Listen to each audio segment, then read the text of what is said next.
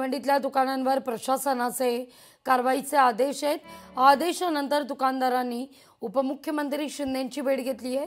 शिंदेंनी अधिकाऱ्यांना फोन लावत कारवाईला स्थगिती दिलेली आहे अशी दुकानदारांनी माहिती दिली आहे।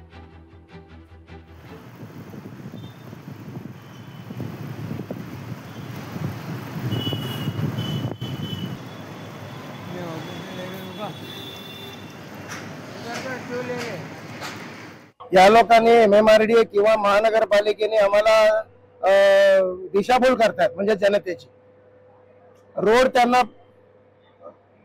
त्यांना पाहिजे आहे, आम्ही रोड द्यायला तयार आहे, विषय कुठे येतच नाही।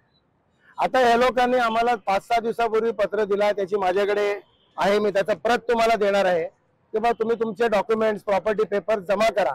तर सर्वांनी ते प्रोसेस चालू केलं, 90% लोकांनी जमा पण केलाय।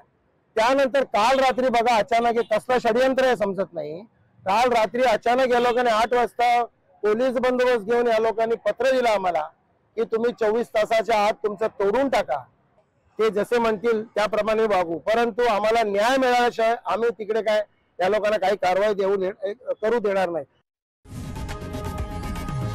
लोकशाही मराठी ऐका, पहा, जागरूक रहा।